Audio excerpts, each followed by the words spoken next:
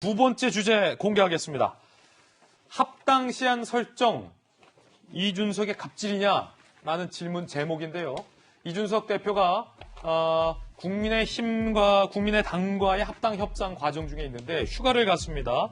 그런데 국민의당에서는 이를 문제 삼으며 논란이 야기됐고요. 이 대표, 다음 주가 지나면 전 휴가 가고 휴가 이후는 안철수 대표 배도 제대로 된 합당을 위한 충분한 시간 갖기 어렵다.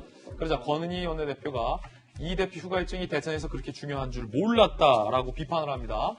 그럼 역으로 휴가 안 가면 합당하나? 개인 택시 기사분들과 몇 년 전부터 했던 약속 버리고 합당할지도 안 할지도 모르는 국민의당에 제가 대기 타고 있어야 하냐라고 이준석 대표가 다시 재반박을 합니다.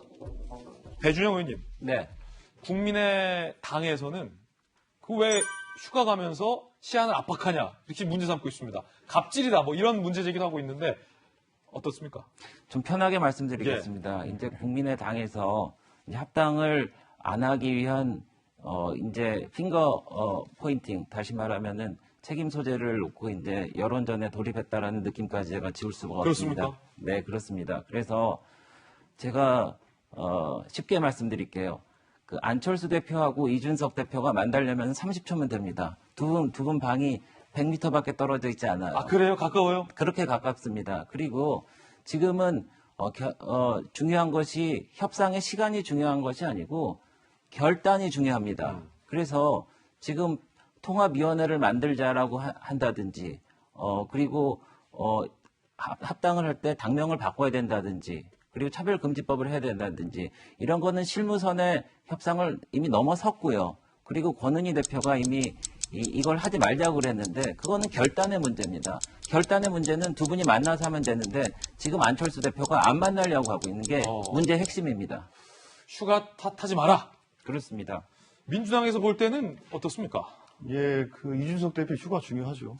그럼요. 그런데 저는 저 대목을 보면서 어떤 인상을 가졌냐면 윤석열에게 뺨 맞고 안철수에게 화풀이한다. 종로에서 뺨 맞고 한강에서 화풀이하는 거지 않습니까? 얼마 전에 그 30날이죠. 지난 30날 그 윤석열 전 총장이 국민의힘 입당을 했습니다. 근데 아시는 것처럼 실제로 그 야권의 대선 지지율 1위를 달리는 분 아닙니까? 그분이 입당을 했는데 어떻게 대표가 얼굴이 보이질 않아요. 근데 그거는 둘 중에 하나겠죠.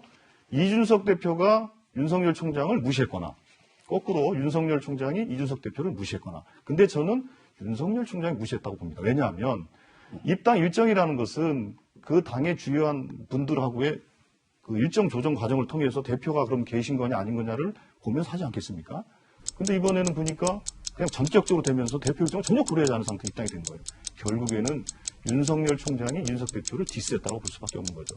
그러니 그걸 안철수 대표한테 화풀이한 것이 아니냐. 저는 이렇게 보고 있습니다. 예, 시간이 다 됐습니다만 윤석열에게 뺨 맞고 안철수에게 화풀이한 거 아니냐라는 의혹을 제기했으니만큼 배준영 의원에게 30초 반론권 드리고서 광고 넘어가겠습니다. 네, 좀 글쎄 죄송하지만 침소봉대 하셨다고 생각을 하고요.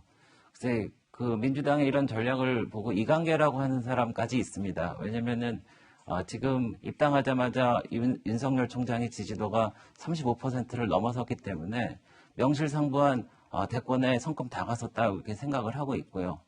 그리고 우리 당은 에베레스트 산 등정이 대통령이 되는 어떤 정권 탈환이라 그러면은 베이스 캠프에 있다고 보여집니다. 그래서 그렇게 합류한 것이 민주당으로서는 그렇게 배 아픈 일인지 잘 모르겠습니다. 네. 자, 두 분 치열합니다. 다음번에 한번 두 분 또 모시고 또 길게 한번 이야기 나눠보겠습니다. 말이 묶여가지고.